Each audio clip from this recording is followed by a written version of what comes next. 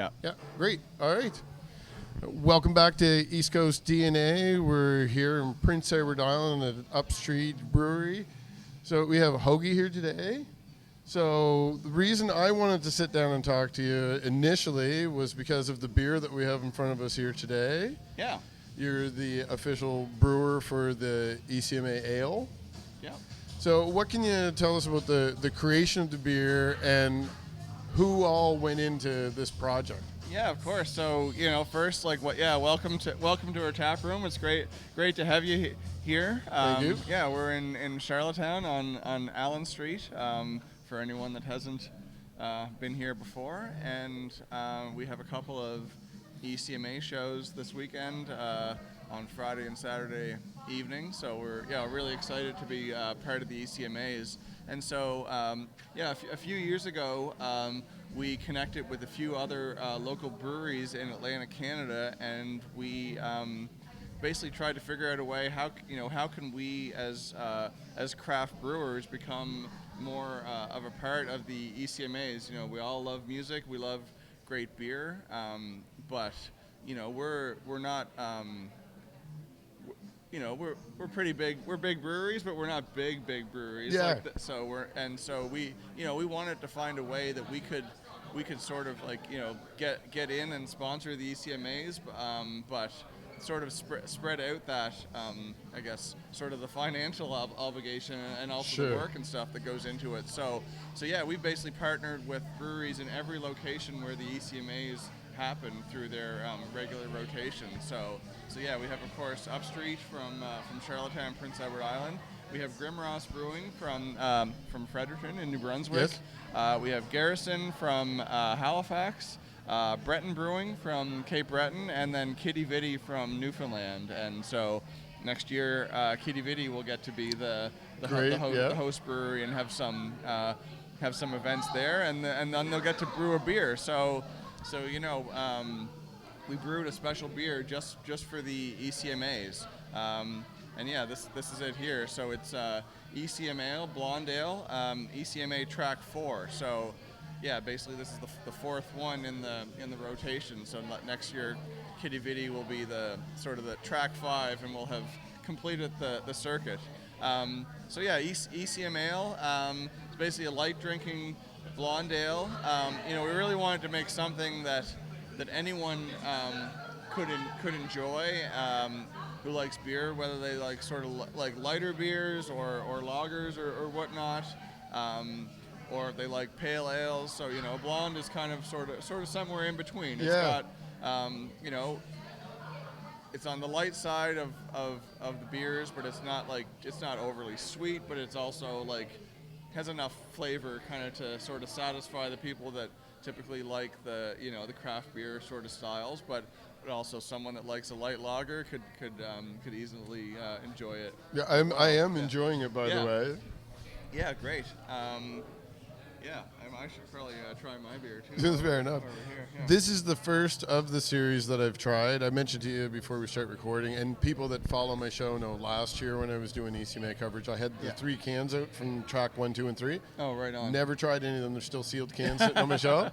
So this is definitely the best tasting one in my opinion. Oh, thanks. It's also the only one I've tried. But It's also the worst one you've tried, I guess. We'll do a comparison next year when I'm over in Newfoundland, and we'll see what the beer's like over there. Yeah, right on. I was talking to Kitty Vitty last night, and he said he wants to do something a little bit more experimental. So there you go. Yeah, looking forward to trying that. Interesting to see how that happens. Hopefully I'll be able to get over for the ECMAs next year. Yeah.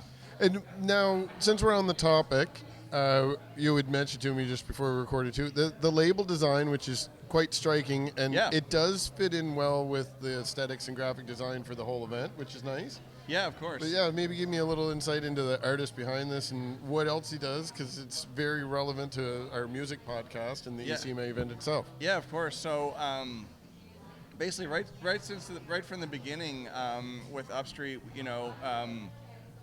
Mitch and I and Marcia and the whole extended team, we're all huge music lovers. Yeah, like I play guitar. We have an Upstreet family band. Awesome. And so we're all like really into music, and something that we wanted to do to help our beers stand out, and our cans especially stand out on the shelves, was we wanted to give them sort of a unique look, and what we did, instead of sort of looking maybe into sort of more traditional graphic designers or whatnot, we purposely reached out to someone who had connections in the music industry, because we really wanted to give our beer labels an album and poster kind of a feel. So basically, yeah, through it was actually through Kinley Dowling, Okay. who sort of helped connect us to an artist. Jud Haynes is his name, and he's based out of St. John's, Newfoundland, and he's been sort of deep involved in the music industry for years. He was like a show promoter in St. John's for a while, and then he sort of started doing posters and screen printing and whatnot, and built up a reputation. And he's worked with all kinds of huge artists across the country, like Great Big Sea, Blue Rodeo, City and Color, Amazing. Arcade Fire, Tragically Hip, Hey Rosetta, of course, too. And so I think he was really excited from the beginning to sort of maybe branch out into a new industry. Yeah, I guess flex a different say. muscle there, yeah, too. Exactly, Yeah. flex a different muscle. And like a lot of artists, he has his own unique process and whatnot. But typically, we just sort of give him the beer name and a bit of information that that we want to include. I mean, like this one had the logos, but sometimes we might have different tasting notes or whatnot. And yeah, he just kind of runs with it. And I think he just kind of like bounces some ideas around in his head, and then all of a sudden, overnight, we'll just have a brand new label in our inbox. And honestly, like he always just like hits it out of the park. There's barely ever times that we need to change anything. And so that aesthetic does carry throughout the venue here in the brewery. So yeah, exactly. So he'd be responsible for the other labels for the collection behind us? No, he's not responsible for the other labels. He's responsible for all of our labels, and so we can't see them all from here, but they're all around the tap room. Yes. But he did do this one. He did the like the Go Devil. Okay. This is one of our beers, and so every label is unique. But I think if you kind of look at them all like in context and side by side, you can sort of see that like some commonalities to the style and whatnot. Yeah. So anyway, yeah, we're really fortunate to be working with him, and he's a really important part of our identity and our brand. Yeah, and yeah, on top of that, he's also nominated for an ECMA award. Yes. He's regularly nominated for an ECMA award along with his partner Krista as well. So kind of a power couple in the in the design world. So. Sure, they have maybe they have a friendly wager to who's going to take it home this year. Interesting comparison point, just that I'm thinking as you're describing it too. I don't know if it's something you considered, where the artists that you're working with, both musical and like graphic design, everyone that's contributing to this as a project and this business really. Yeah. The whole idea of working in that kind of music theme and working with those artists that are like do-it-yourself, independent, like those are substantial names on the East Coast. Yeah. But a lot of East Coast artists are independent artists. Yeah. And you're an independent company that's an independent brewery, and the collaboration with the other breweries to make these things happen is exactly the spirit of what we're doing with these festivals and conferences. We're bringing all of the musicians together, all the delegates in, and getting everyone to have a big celebration together. It's perfect networking too. No, 100%. And that that brings up another point about Upstreet, is that we're also a B Corp company, and so we're actually Prince Edward Island's only B Corp company, and only a few breweries in Canada have the B Corp designation as well. And so I'm not sure if you're familiar with that. Tell us all about it. Yeah, so a B Corp basically.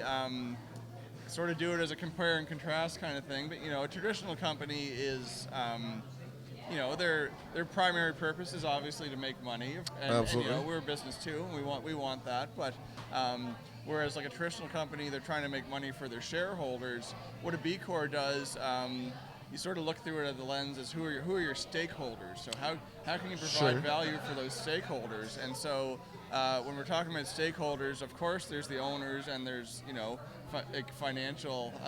You can't have a business that doesn't make some money. But the other stakeholders, it's our staff and our people, and how do we treat our staff? What sort of benefits do we provide to our staff? How is our compensation? And then our suppliers as well would be stakeholders for our company. So what mix do we spend locally, or what can we source locally? And there's always things that you can't source 100% local, but we try to get as much local as possible. Awesome.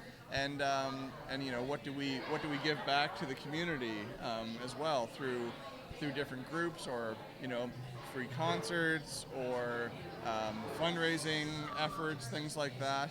And then the other one would be sort of the environment at large, and how sustainable is the company, and what's our impact that we're making on our environment. And so B Corp companies are not necessarily perfect or the best at every one of those areas, but we do our best, and we provide a balance across those areas, and we have achieved a certain level that sort of gets us the accreditation that we need, and each year as the company grows, or I guess the renewal is every 2 or 3 years, I guess. So as the company grows, it gets harder and harder to achieve that status, but we're really proud that we've been able to keep that going, and it's something that really sets our brewery apart from everyone else. It is amazing that you would bother really to try that as a smaller brewery starting out, because the larger ones would be held more accountable as corporations to try to do something like that. So it's a hell of a lot of work to keep it going. We basically have a weekly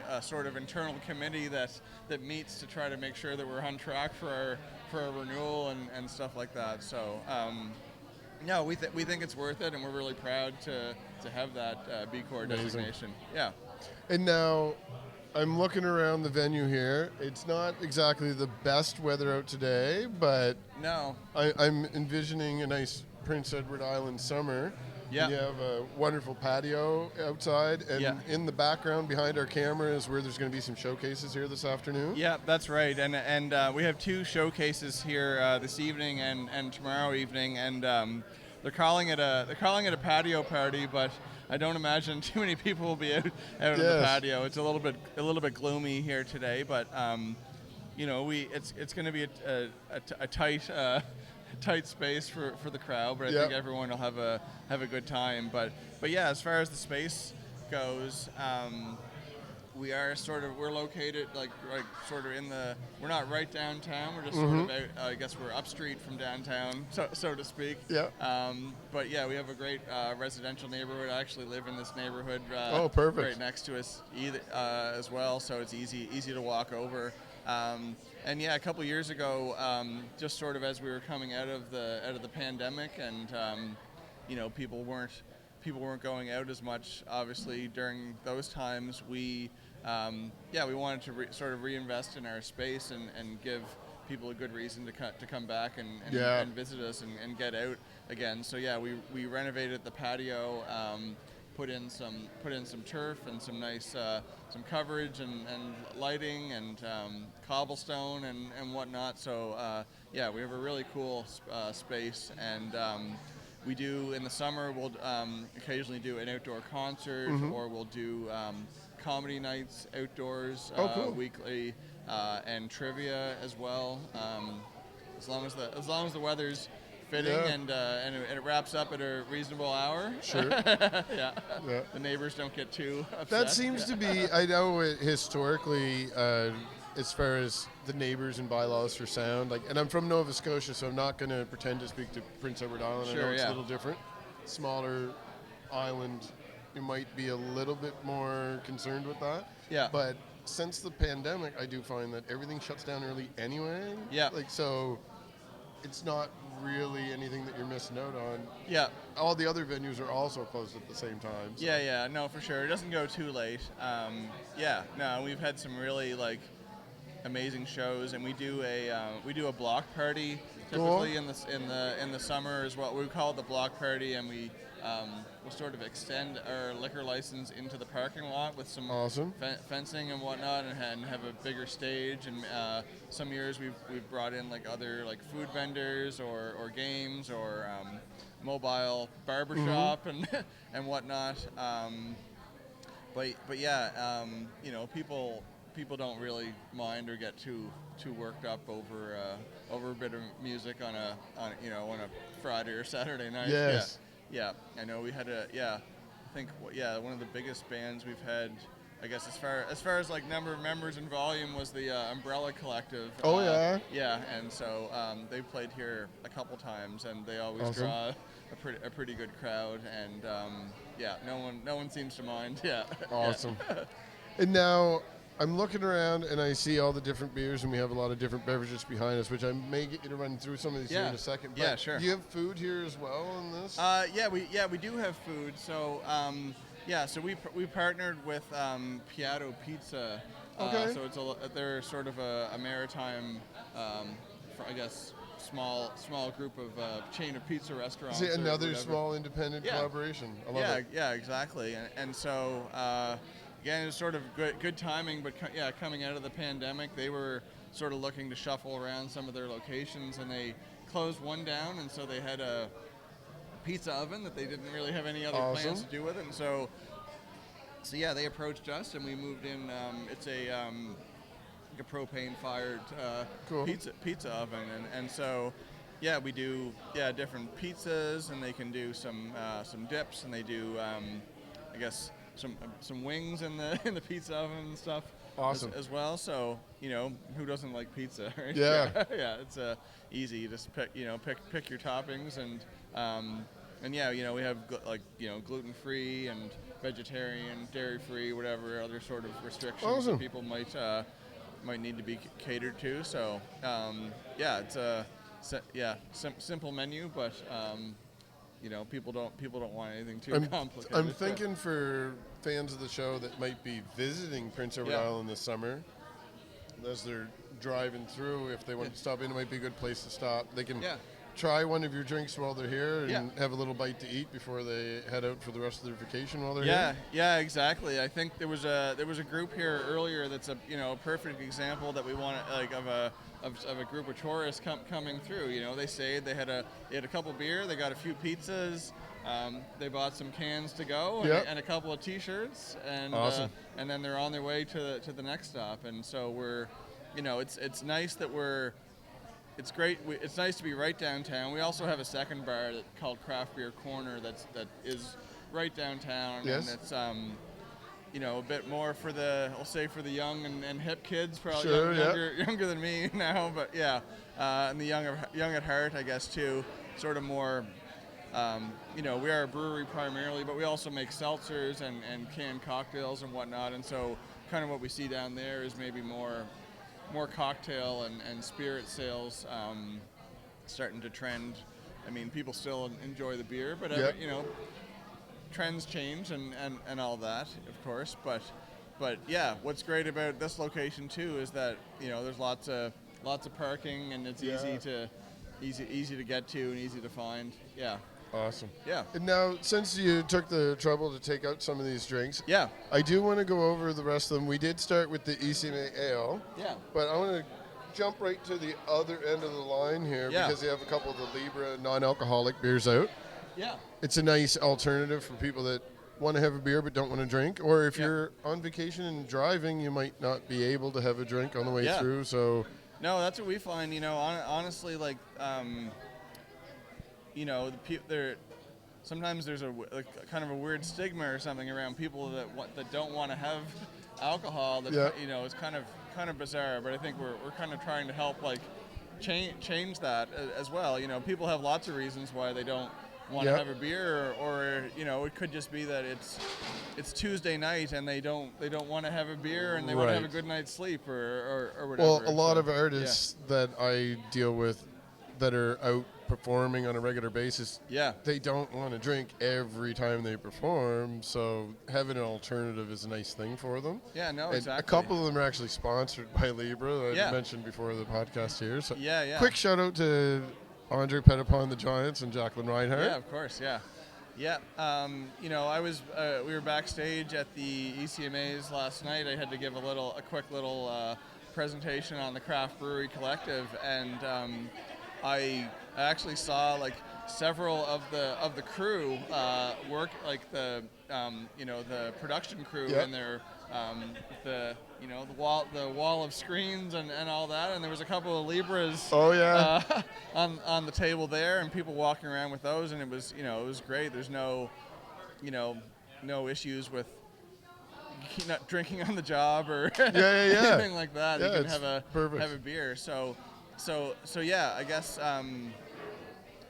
Libra is basically our company as well. It's sort of a separate company, but it started within Upstreet. Cool. And yeah, we started sort of working on I guess I started working on the recipes a few years before it launched, and it was like 2 or 3 years of like R&D and trying to like perfect the recipes to make a good tasting non-alcoholic beer. And that's it was an really important hard. thing. You actually make you're the person responsible for Yeah. putting that recipe together. Yeah, that's right. Yeah. So with the non-alcoholic beer, now myself, historically, like I had periods where I did drink and periods where I didn't drink. And Yeah. when I'm doing things like this, loving this, I can't do this all night. I'm going to No. be operating gear. So switching over to those is nice. But historically, it would have been something to have in my hand so I didn't feel awkward around people that were drinking. But nowadays, I've tried these. They're delicious.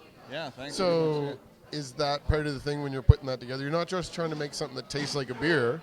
Yeah. You're trying to make a tasty beverage. Yeah, exactly. I mean, one of the the marketing messages that we put out for Libra is that it gives people an option to socialize without sacrifice. Yes. Is I like that line.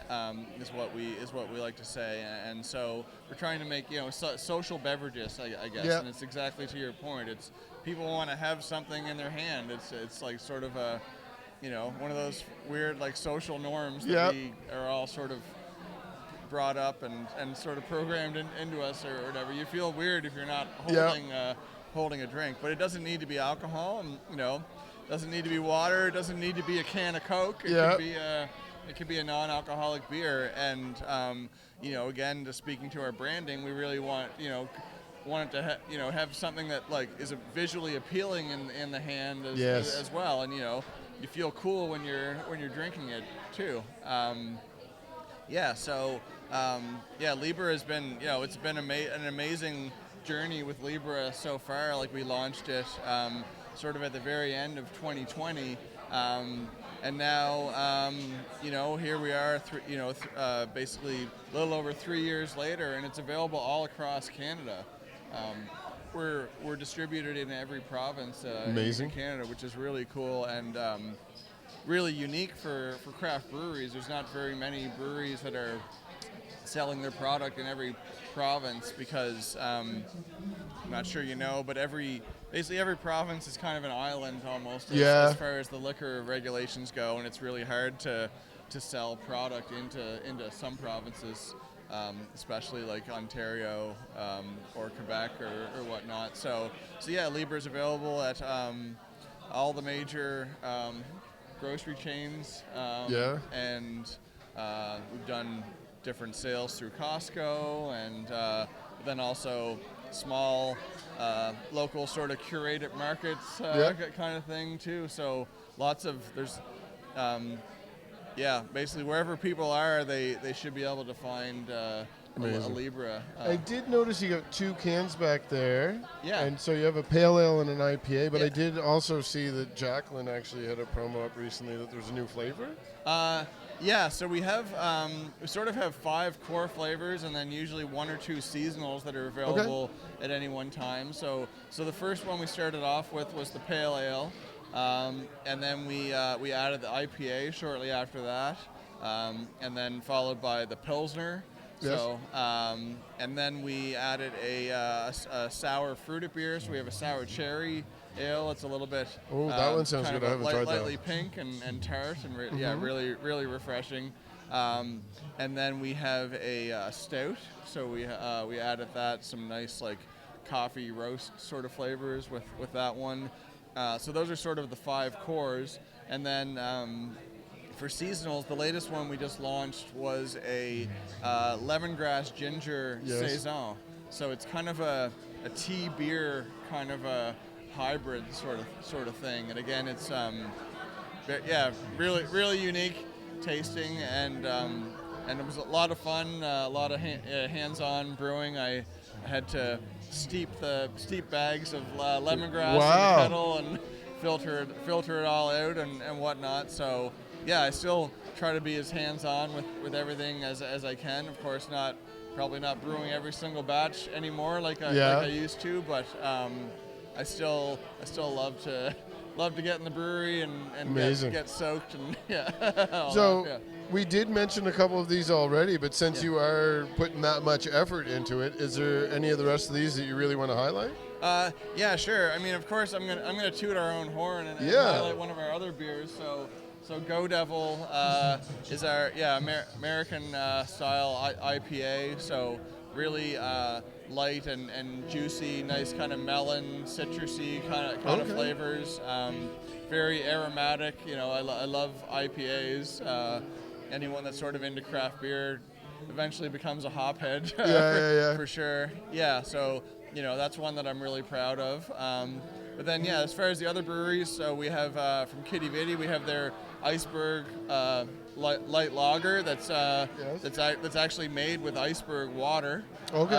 Which is really cool that they have a company that harvests the icebergs off of Newfoundland. Amazing.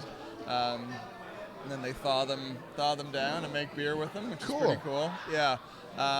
And then Grimross from New Brunswick has a Grimdonk strong Belgian ale. That's like for people that like Belgian ales, they're really like sort of floral, peppery, bubblegummy kind of forward. Really enjoyable beer. And then Breton has their Tiny Angus, which is like a pale ale or like a lighter session IPA kind of a thing. And then Garrison has a peach pale ale. It's like a nice fruity one. I did see the peach stick out there. I'm like, what that one's like? So I think it's a really interesting lineup because we really tried to capture like sort of the diversity of beer styles from light, hoppy, fruity, easy drinking, stronger beers and whatnot. So I think the collective did a good job at selecting the beers for the flight, so to speak. That I would assume that most of these, I know for a fact some of them, but these ones are available in liquor stores across Canada? No, well, not across Canada. Okay. They're available in all of the Atlantic, Maritime, East Coast I assume here? they're available in all the Atlantic. I know that they're available in PEI at least. I've definitely seen a few of these in my Nova Scotia liquor stores. I would say that they are, but I don't want to say for sure. Fair enough. I guess, yeah. So I have a couple New Brunswick and Newfoundland fans out there and some friends of the show. So let me know if you've seen these at your liquor store. Drop me a note or put it in the comments below this episode. Yeah.